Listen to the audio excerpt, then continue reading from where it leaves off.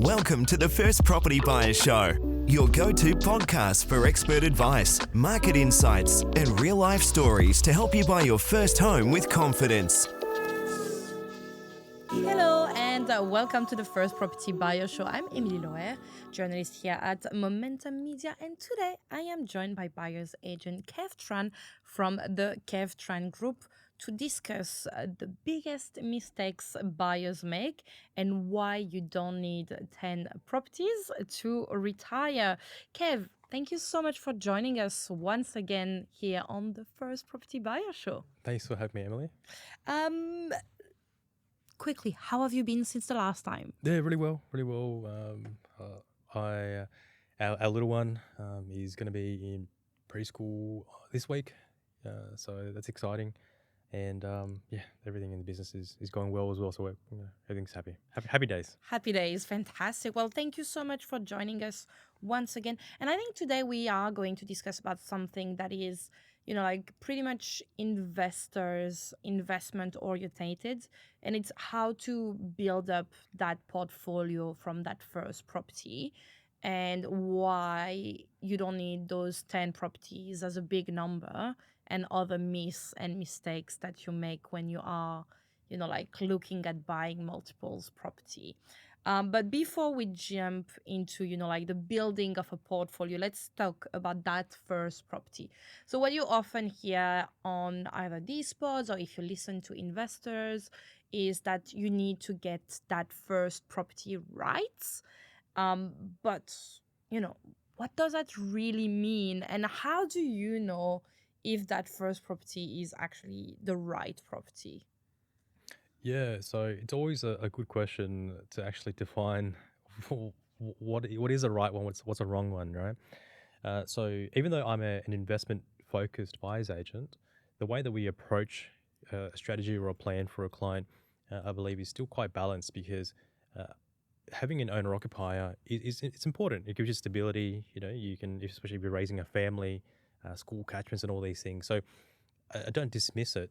It's just the question of then you dive a bit deeper and you go, well, how do I make sure that this first property that I buy is going to help me in the future and get me to my longer term goals from a overall holistic plan? So I guess we can touch on it further, but whether you decide to go investment or owner-occupier, I think making sure that you have capacity to do something a bit later. So for example, you're buying an owner-occupier, maybe don't fully capitalize and use all your borrowing capacity because then you don't really have options down the track because you've kind of exhausted everything. If it's an investment, then you also want to making sure you're buying in the right area that's going to actually grow for you because if it doesn't, you're stuck holding onto a liability more than an asset. What can we see on the market at the moment? Do we see is there more and more kind of those hotspots where our listeners, who are first-time buyers, can make a good investment? Or is it starting to be a little bit more difficult because more people are going onto the market? I think there's always opportunities. What we focus on specifically is houses. So we buy established freestanding houses. So typically the minimum you'll need for that is around 450K.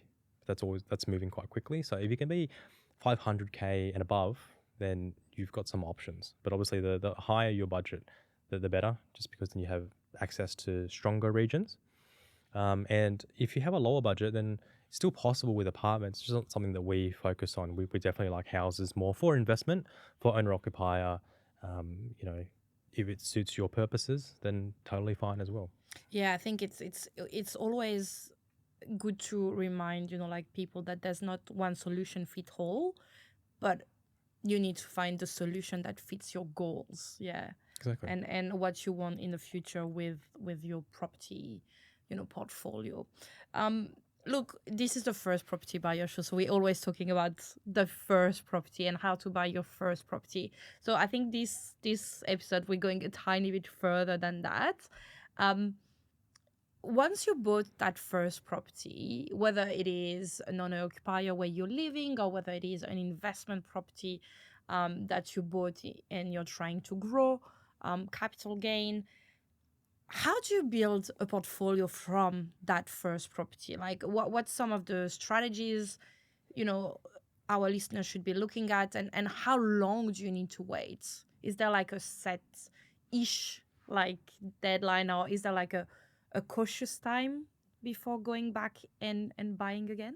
Yeah, so definitely there's a few ways to structure it, and how you approach it. But I guess just to kind of clarify in setting the stage a little bit more, obviously this is the first home buyer show, like you said, and there's a few directions that you could take with this, with buying the owner occupier first, and then buying some investments, or do I go investment first and all this stuff, right?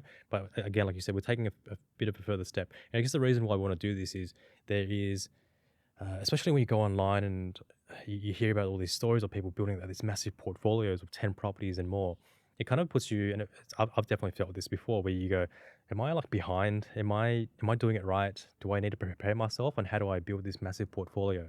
And here to say that you don't need to, Yes. right? First and foremost is you can have your own owner occupier, your family home. You can also have quite a healthy property portfolio with just maybe 3 to 5 properties, where you can get to retirement and you won't need the government pension, and you've got options later in life. So that's kind of the overarching theme that I want to share with people today, after I've reviewed and created portfolios for hundreds of clients, right? But to your question there, how do you go from one property to the next? So when you first buy a property, there's 3 things you need to consider. Is how much cash or equity do I have to inject into the deal, and how much lending am I going to be getting for it? So when I say cash or equity, I'm also referring to like access to a guarantor or something like that, if you've got parent support. But let's say it's 10 or 20% that you put in from your own capital, and the bank will put up 80 or 90%, right? So depending on how much capital you put in first will determine your loan to value ratio. So the lower the loan to value ratio, as the property grows, you have more equity to draw out. Right? So that's an important factor. But let's say you are, let's say you're going with a 90% loan to value ratio. That can help you buy your next property faster in some cases, because you use less cash up front. So you might have more cash that you can put in like an offset account as a safety buffer, because you don't want to buy property and then have like no money left over. Yeah. So that money's going to be sitting in an offset account, and as the property grows, you're going to be having equity there as well, and all the money that you have in savings is in your offset. Plus, hopefully, you're also adding in more money too every month. So typically, what you can do is after say 12 months, you can work with your banker or your broker, and you can revalue your property, and hopefully, it's gone up in value. And at that point, they can do potentially cashing out some equity, where you can use that to then use for your costs to buy your next property, right?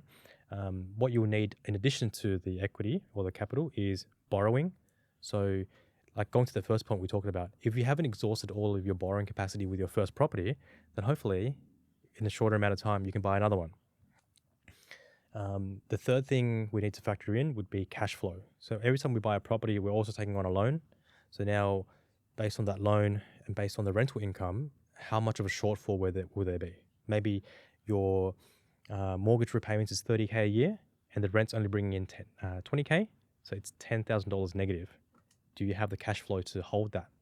Yeah. For now, they're the considerations you need to have. Now, you mentioned the offset accounts. So, can the money that you have on your offset account be used as part of the equity, or how does that work? Yeah, so quick snapshot as well with an offset account. Effectively, it's an everyday bank account that's attached to your loan, and all the money that you have in there can offset or reduce on a one-to-one basis the amount of interest that you pay on that loan. So imagine your loan $600K and you've got $100K sitting in an offset account. The bank's only calculating interest on $500K. Yeah. So it's much better for you. Now, key differences is if you've got a principal and interest loan, which is most owner-occupiers, your repayments don't actually change. You just pay off your loan much faster because there's less interest being calculated. If you had it in an interest-only loan, then you actually change your repayments depending on how much money you have in there, because they're calculating less interest, if that makes sense.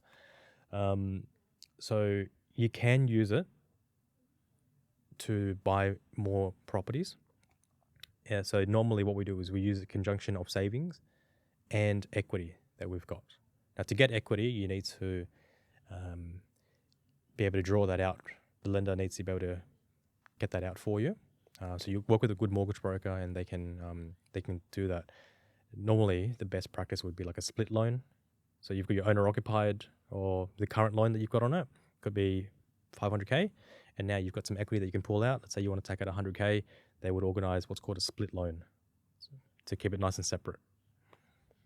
Okay, so it is possible on every situation as long as your property gains a little bit of value. So Yeah, definitely. So your property's gaining value, and the property value against the whatever loan you have remaining, there's a difference there. That's your equity. And then to be specific as well, there's a portion that's called usable equity. So the banks would have a bit of a buffer as well. So they don't work it off on the total new value. They work off on 80% of that, just to have a bit of a buffer. you always need a buffer. You always need a buffer. So The banks need it too. needs a buffer. You as an investor or as a first-time property buyer, you need a buffer as well. Exactly. So you never know what happens. Exactly. So that's my mantra, Kev. The buffer mantra.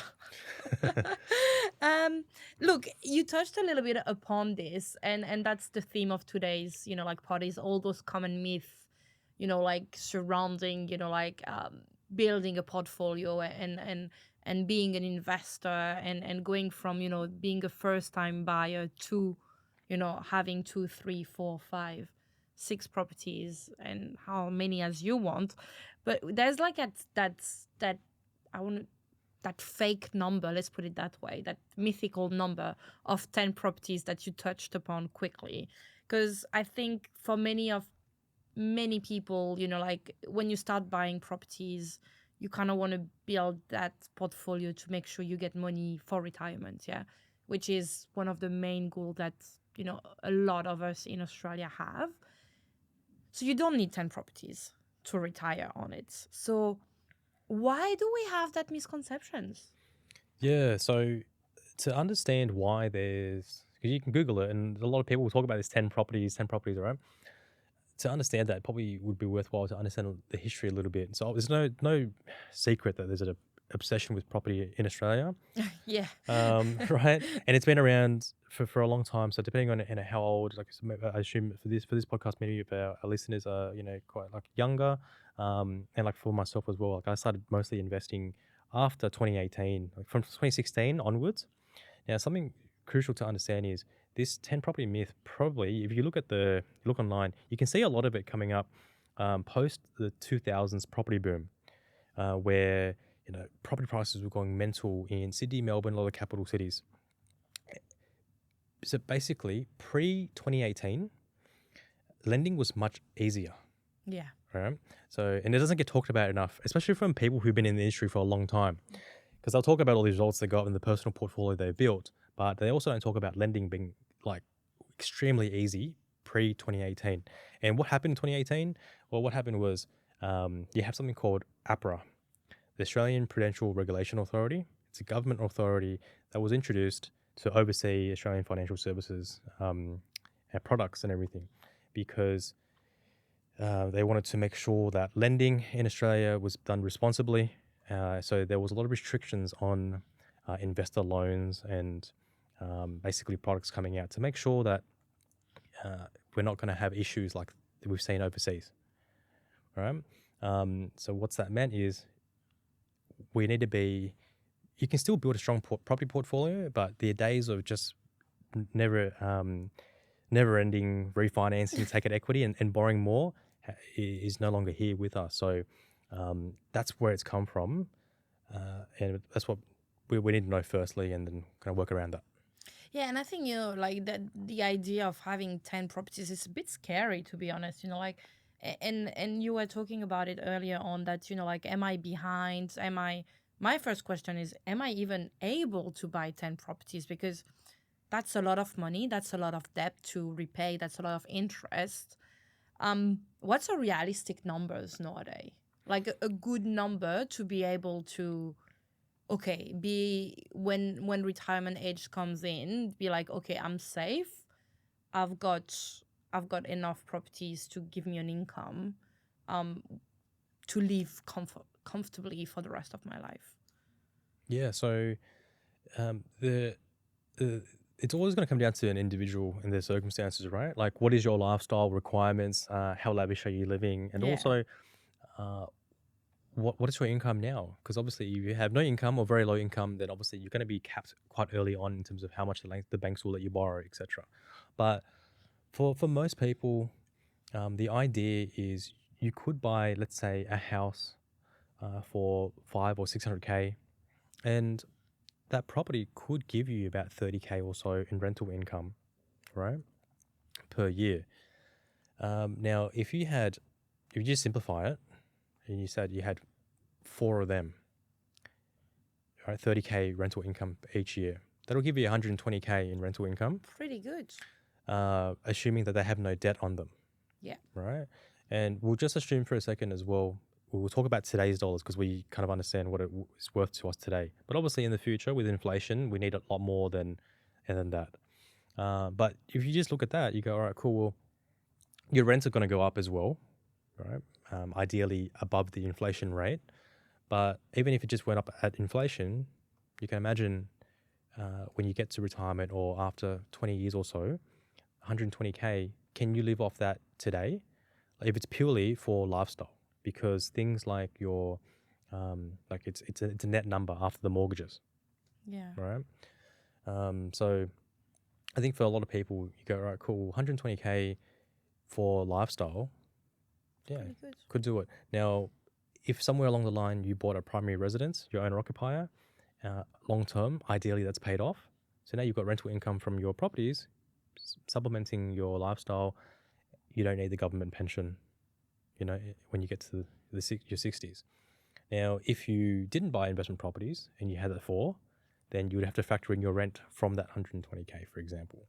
But, when you break it down like that to people, it's a lot more achievable than that 10 property myth, Yeah, 100%.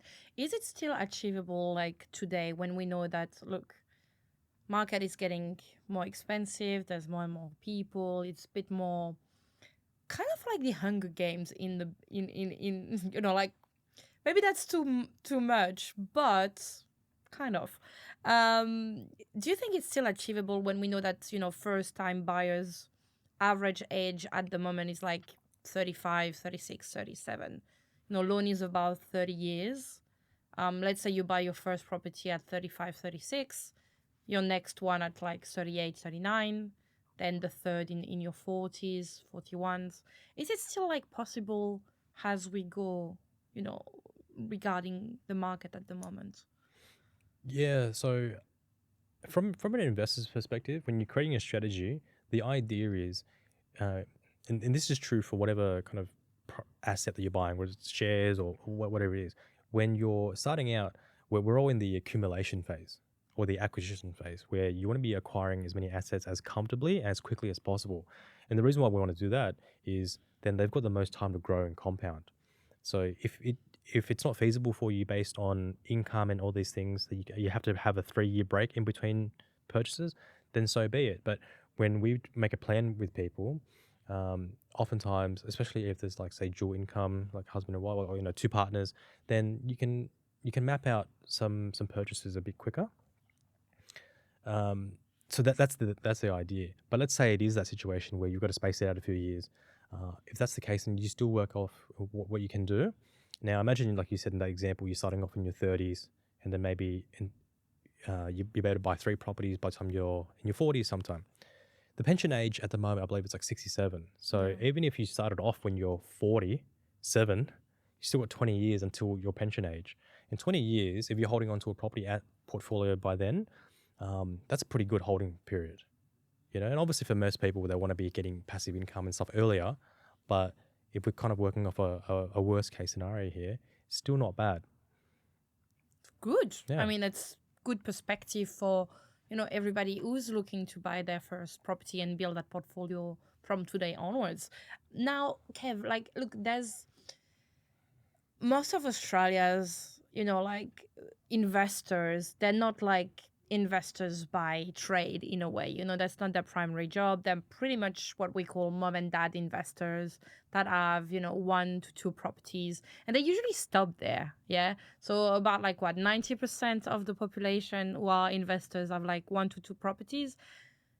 How do you get past that like threshold in a way, and get to that 3 and 4 to build your retirement income? I think initially having a really clear strategy is important. So we talked about a little bit just now. When you and how that all starts off is understanding your financial position.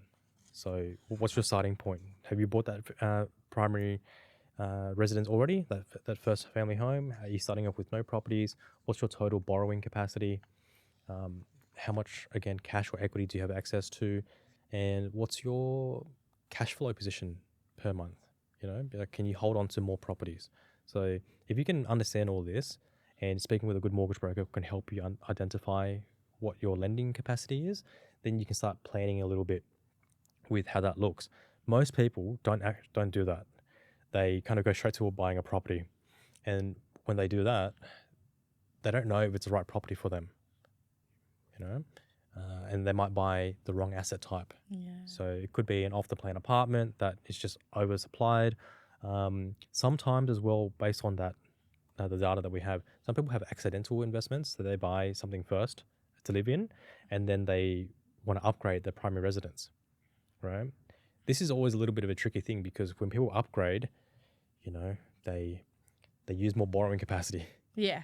And then now they can't invest an asset that's probably, there are better assets out there, because the first one they bought as a family home, and they decided, I want to keep it as an investment. So then that property then kind of sits there, and maybe it wasn't a great investment to start off with. So they're kind of the trends that we normally see. So how you avoid that, again, having a clear strategy and then buying the right assets for the purpose. So how we do it is we will then go, all right, cool. We can be borderless. We're not living in this. You can buy anywhere. What locations, what regions around the country are showing the most promise? Where is the economy really strong? Where is there a lot of government infrastructure investment? Where are the unemployment rates really low? Okay, cool. We like these regions. What is the property market like? How's the supply and demand imbalance? Because if you've got really low supply and high demand, then these areas, especially if you can buy houses with that land component that appreciates over time, is what's going to grow. Yeah, land grows, yeah. Yeah, the land appreciates and the dwellings themselves will depreciate. So if you're kind of working off that bit of a strategy piece where you can kind of go from the big picture into the smaller like details, that's how people go from 1 to 2 to 3 to 4 properties and beyond. Otherwise, you kind of just have like a random collection of 1 or 2 properties that you don't know if they're going to perform for you, and then you're kind of just hopeful. Like, I'll give you an example. I had a client, he came to me through his financial advisor. He bought 2 properties, both off-the-plan apartments in Melbourne. Oh, wow. He held them for 10 years. Sorry, not Melbourne. One in Melbourne, one was in Brisbane. The one in Melbourne actually went down in value after 10 years. I'm not surprised. And he was like, but should I just hold on to it? Like, will it grow? I'm like, it hasn't done anything in 10 years. They're building more right now. I can't see it happening. So you need to make a call to cut your losses. And that's going to give you a bit more borrowing, and you can buy a better house somewhere else. And he did that, So sometimes it's about just looking at your strategy and making those tough calls. And definitely. And I think, like that's something there, like that we need to like go a little bit deeper on this one. Your strategies are like, building a strategy, like an investment strategy, can be done at any time.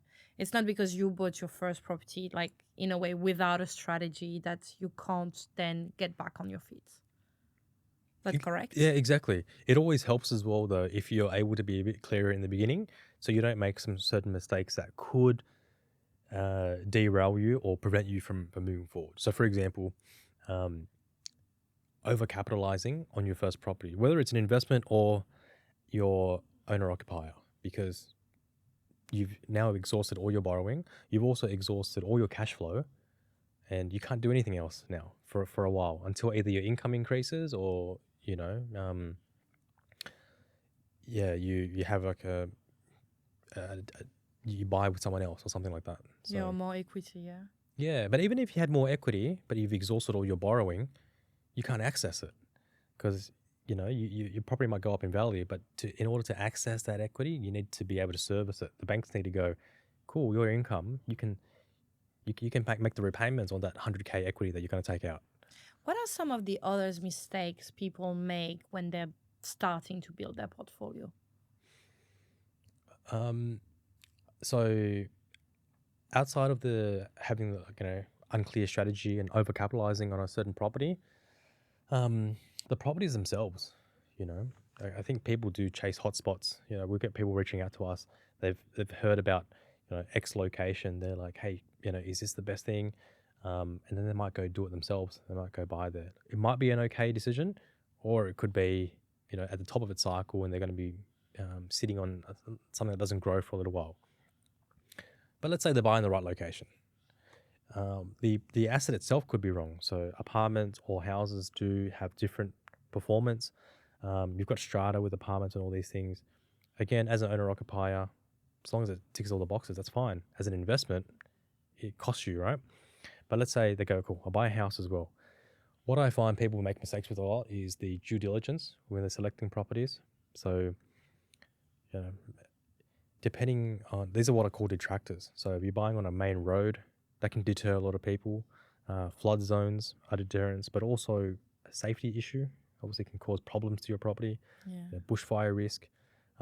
High voltage power lines can impact not just finance, not just demand, but also finance. One thing that gets overlooked is public housing thresholds. Yeah, a lot of this stuff you can actually do for free. So council websites, you can have a look to see flood and bushfire, and then atlas.id.com.au. I think that's it. But you can have a look there. Also on my Instagram, I pinned a video where it will teach you how to look at public housing percentages. Yeah, just give us your handle. Kev Tran Group. Fantastic. Yeah, so you can find it there, and that's a good one because I have nothing against public housing. Like I grew up in public housing myself, but if you're buying an investment property, you do want to know if you're buying in an area where a lot of your neighbors are social housing or not. So there's some crucial things that can impact its growth. Yeah. So doing the due diligence, I mean, that's something we keep on repeating here, like, at Momentum Media in general, like whether it is, this podcast or our sister's publication, SPI, or even the Real Estate Business Podcast. It's all about doing your due diligence.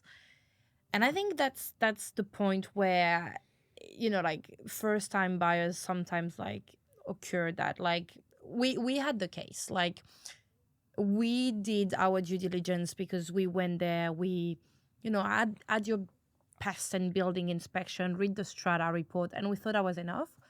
What we didn't check is when was the last time the hot water tank was installed. Basically 10 days after we moved in, that stuff blew out. So we had to replace it. Hence why the buffer is my mantra. My mantra. We had to pay 1,700 to replace the hot water tank. And also the first quote we got was about 4K. So do like a multiple quotes for everything you're going to repair in your home until you find a good plumber, a good electrician, a good carpenter, like and build that team of experts on the other side, like of the maintenance side. Yeah. But there are like the high voltage. I had no idea. How do you check if high voltage is going to impact your property? So have a look on so you just do Street View. It's the easiest way on Google Street View, and you can see if there's anything. And sometimes they aren't actually high voltage power lines. They're visible power lines that you have, but you don't know if it's a concern or not. So this is where I value, like you talked about, having that team, having a good mortgage broker. And one of the things, like someone who's willing to have a look for you, you're about to buy a property, they can tell you, is this going to be an issue? Especially when you buy in regional markets as well. Some lenders have postcode restrictions, right? On top of, other things that they deemed risky. So, if you give you, hey mortgage broker, I found this property that I like. Any issues with finance with this one? And they can do a quick look and they'll be like, no, you're all clear to go. Or they'll be like, hey, no, it's been flagged because there is a high voltage power line. You won't be able to get lending for this one or something like that. So it's quite interesting. So Yeah, I guess like then it's government or council that needs to move that power line, or No. It's there. it's just there. Yeah, some lenders might be okay with it. Some will be an issue. Same with postcodes and stuff like that as well. So let's say the issue is, let's say you're buying a property and you're pre-approved or you're only serviceable with like one or two lenders, and they both won't lend to this property because of these issues. And you signed a contract without a finance condition, you're in some big trouble. Yeah. So having a finance condition is really key as well, because if there are issues with getting finance, then hopefully you can get out of it. Yeah, without losing money. Yeah. Yeah, so they're all key things, but like depending on where you're buying as well, like there's no standard finance condition in a New South Wales contract, so you got to do things during the cooling off, or yeah, it's really key to have a good team. Yeah. So this is a conveyancer for that aspect, I guess. What are some of the others, like kind of like to do that you got to check before buying, like one property? And I guess this applies to whether it's your first property, your second, your third, fourth. It's like any property you're buying. So we talked high voltage, doing your due diligence, Yeah. like main roads. Yeah. Is that like a school or something like that? Yeah, so if school, okay, so there's probably two thoughts on that, and I'll give you some more context as well in terms of other things to check from a property perspective. But with schools, if school catchments are important to you as an owner-occupier, that's really important, of course.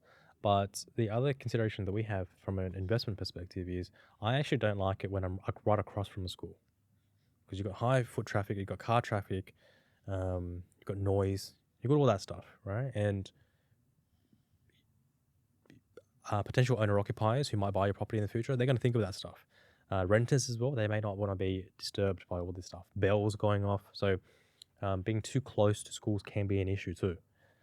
Now, in terms of what to check around the property and common mistakes, when you're inspecting a property, this is even before getting a building pest, like do you actually want to go forward with an offer on the deal or not, is look around for the general condition of the property. And you don't have to be a professional builder or anything to get a good gauge on the visual perspective. So go through the property, have a look to see if there's like extensive cracking throughout. Take photos of it. You want to also look at the gutters and the eaves, because is there rust or is there like water damage, right? Because they're really expensive to fix. And then throughout the property where the bathroom is, just check the surrounding walls on the bottom if there's, again, evidence of any dampness, right? Then look at the shower itself, and you can see, because normally you've got like a couple layers of water protection. You've got like silicone and grouting on top. That's your first defense. And then underneath that, you've got like a waterproof membrane. But let's say the property hasn't been maintained really well, and that first layer, you can see it's deteriorated. Likely, it hasn't been looked after really well. So there are things you can look at. Another aspect around the property perspective that you should check that often gets missed, doesn't get talked about enough, is unapproved structures. Oh, yeah. So I'm referring to houses here mostly, because units we really have, like carports and additional sheds and stuff, or like even additions. Sometimes they build like a little green room at the back. Check if it's council approved. In every state that you're buying in, the seller should have a disclosure, and they provide additional information. So the New South Wales contracts, Victorian contracts have this built in. In Queensland, I believe it's called a Form 2, and South Australia is called a Form 1. It accompanies the contract and has all these things. However, the vendor prepares this with their conveyancer or solicitor. So they may or may not have included everything in there. So you still need to do due diligence, because once the property settles, you've inherited the problem. So let's say, for example, you've done the best of your ability. You've checked to see if this carport's been approved. But the agents told you it is approved. They haven't been able to provide any information. Yeah. You're kind of like stuck now. What do you do? Because to check properly, you need the council to provide the paperwork. It's a cost, and oftentimes only the vendor can approve it. So if you're buying a property, like how do you organize this? Too many moving parts. So what you could do is look at what's called title insurance, which is a one-off payment. You get it from providers like Stewart Title, and I think it's a one-off cost like $700 or $800. and it can protect you for future claims against your title itself. So it could be unapproved structures. It could be other claims against, let's say, for example, there's like boundary disputes, stuff like that. So that's something to look into. Not a lot of people know about it. Yeah, so extra due diligence, being extra careful to then, like avoid all of these issues in the future. So big mistakes to tackle there. Now we talked a little bit earlier on about like the difference between buying a property and then buying the right property. Um, what should like your four to let's put say 4 to 6 investment property portfolio look like? Like in an ideal world, Yeah. would you have like a mix between houses and apartments, like capital city, regional area? What a healthy portfolio of 4 to 6 property could/should look like, to be able to retire like with, a good substantial amount. Yeah. So, great question. I'll add some more context as well. I think like when we're going, well, what's a good asset? Again, there's lots of noise out there. People are like, you need to buy something that has subdivision potential, granny flat potential, all the potential in the world, Yeah, right? yeah. Well, And it needs to perform at 10% per annum growth, blah, blah, blah. people are greedy, yeah. Yeah, it's a bit too much, especially in the last few years when you've had the COVID boom. You've also had post-COVID boom. Markets are going 20%, year on year. You're like, is that the normal? Like, is that what I need to achieve? So I've run scenarios with clients and long-term projections using very conservative assumptions. So we actually run off a 5% long-term compounding growth rate, which is probably below the average around Australia for houses. It's probably sits around 5 to 7%. But what this does is it gives us confidence that we can get close to our goal with a conservative growth rate. The likelihood of outperforming that is higher. So you can have more reassurance as opposed to the other way around. And what we've done here is we have modeled the way that we start off is getting a few residential properties, maybe like 5 to 700K, right? The first one should be what we call a foundation asset. So if you can afford whatever you can afford, the best region, the best location, and the best property, get that. It doesn't need to have granny flat potential and all this stuff. It just needs to be able to perform for us long term. After you've got that first foundation asset, you can buy more like earlier markets or like smaller markets that are a bit cheaper. But the idea is you've got a combination of different diversified regions. So residential first, minimize that buying window so it's got the most time to grow. And then maybe after you've bought your 3 to 5, or if it's 3 for you, that's it, that's fine. Wait a bit, let them grow, let them compound, and then later in your investing journey, when you've got the equity there, you can use it to buy more of an income driving asset like commercial. With commercial though, the entry points are much more expensive to get a good asset. You're talking like 1.3 mil and above. However, the cash flow is much better. So instead of gross yields, so before all your expenses, like council rates, insurance and stuff, with residential being between 4 to 6%, commercial, we're talking 6% plus net yields. So your cash flow is significantly much better. The reason why we don't go into commercial straight away is because, again, high purchase price. You also need a bigger deposit, like 30%, as opposed to residential where you can go 5 or 10% sometimes. And of course, your vacancy period in between tenants could be much longer. Yeah. Yeah, 6 months, 12 months or longer. So it's very risky. However, if you've already got a few residential properties, you're probably a bit more comfortable with that point. Yeah, you can afford the risk. So you can imagine like a property portfolio with say 5 properties, 4 residential, 1 commercial, that could set you up really well for retirement. And some people could be listening, they're like, well, 5 properties, that's a lot. Yeah. Well, it's not 10. It's not 10. That's true. That's also way much more achievable. I think, like everything needs to take its own time, but if it's a path that, you want to go through, you can definitely achieve 5 properties. It doesn't have to be $1 million property each time. Exactly. Yeah. Very interesting. Kev, one, maybe you can go more than one if you want to. But what's some of your last tips for our listeners that are, like right on the edge of buying that first property, or I've just bought that first property and want to start building, like a portfolio, or are looking to build a portfolio in the future? How do they do that successfully?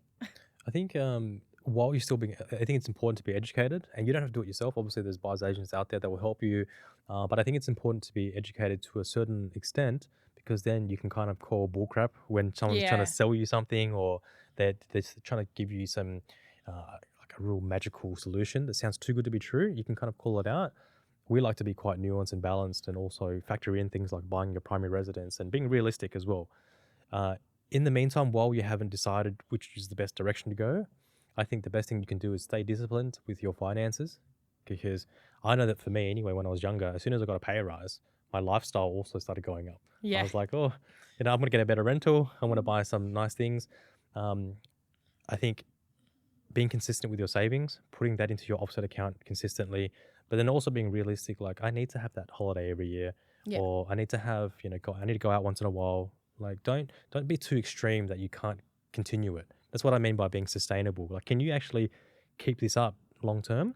Because it's a slow and boring game, but if you can do it, 15, 20 years later, you're going to look back and be like, I'm glad that I stuck to the basics. Yeah. Yeah, it's definitely, you don't want to sacrifice lifestyle. Like your property or your portfolio should suit your life, not the 100%. other way around. Yeah. Yeah. Fantastic. Well, Kevin, on those very wise words, that's it for us today. But look, I'm sure you'll get back for a third one, because third time is a charm. Awesome. Thank you so much for having me. Yeah, look, that was the First Property Buyer Show. We will be back next week with another fresh episode. In the meantime, go back and listen to all our other interviews. We've got a great one on which data you should look at if you want to buy that first property or the second, because data works with every property you want to buy. That was released like about 2 or 3 weeks ago. So just go back, check it, and join us next week for another episode. Bye for now. The information featured in this podcast is general in nature and does not take into consideration your financial situation or individual needs, and should not be relied upon. Before making any investment, insurance, tax, property or financial planning decision, you should consult a licensed professional who can advise whether your decision is appropriate for you. Guests appearing on this podcast may have a commercial relationship with the companies mentioned.